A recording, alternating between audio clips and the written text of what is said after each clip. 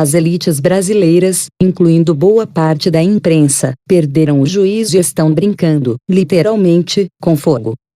Ônibus deixaram de circular nas zonas sul e oeste de São Paulo porque, desde o começo do ano, 29 coletivos municipais e 28 intermunicipais já foram incendiados na região metropolitana de São Paulo. As empresas e os motoristas não querem entrar nas áreas consideradas de risco.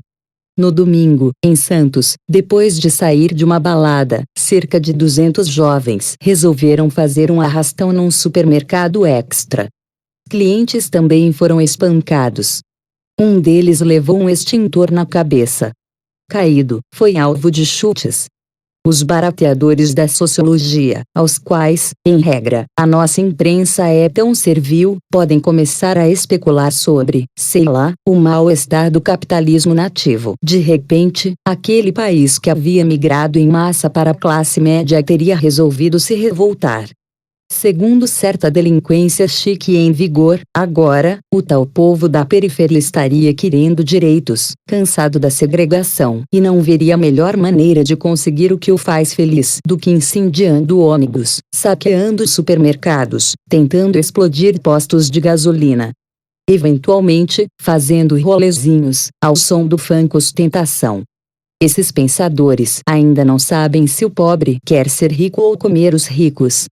Quando leio os textos dos colunistas com o dedo sempre em riste, então, pela desigualdade fosse de seus adversários políticos ou de seus inimigos, penso na satisfação vagabunda dos covardes intelectuais. Acham que, caso se solidarizem com criminosos, que eles tomam como rebeldes primitivos, que ainda não se descobriram, já terão, então, feito a sua parte. No boteco, já poderão se sentar à mesa de outros justos, partidários também estes da saliva justiceira.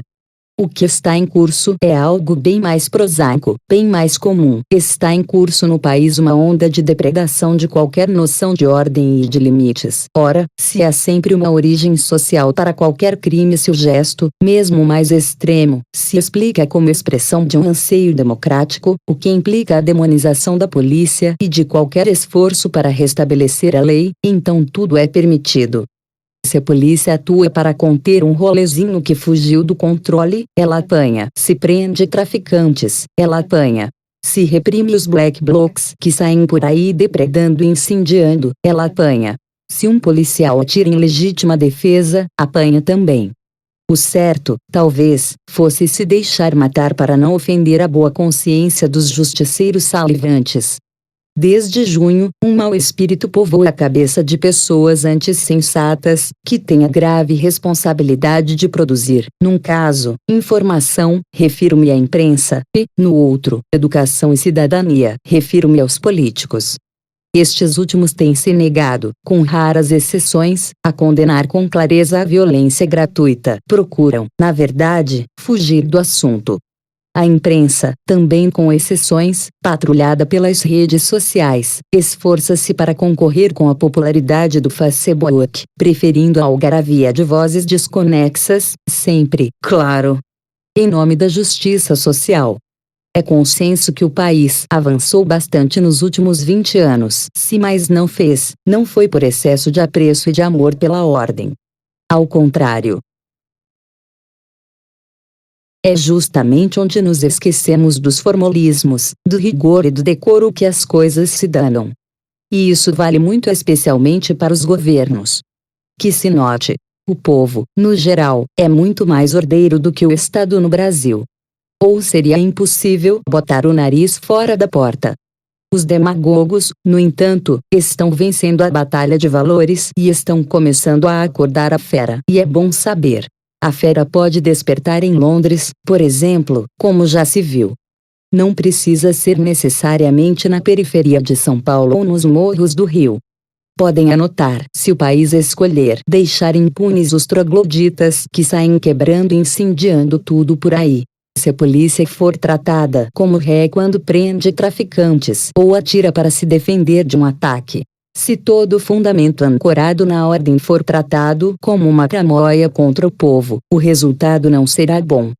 A diferença do que poderiam pensar o PSOL ou o PSTU, e aqueles que gostam de fazer justiça com o próprio teclado, o que vem não é a revolução. Será que não devemos ser gratos pelo fato de um único líder carismático que há no Brasil, o senhor Luiz Inácio Lula da Silva, ser, assim, um burguesão do capital alheio, que, no frigir dos ovos, não quer arrumar confusão com os seus amigos banqueiros, seus amigos empreiteiros e seus amigos industriais. Na marcha da insensatez em que vamos, um amolucado, de extrema esquerda ou de extrema direita, encontraria um território fértil para sua pregação. As elites brasileiras nunca foram exatamente iluminadas, mas, desta vez, parece que perderam o juízo de vez. Para arrematar, como o PT, no fim das contas, está sempre ligado aos tais movimentos sociais, o PT vira uma espécie de incentivador da desordem, e Lula, o único garantidor da ordem para aqueles seus amigos. E o círculo se fecha. Por Reinaldo Azevedo.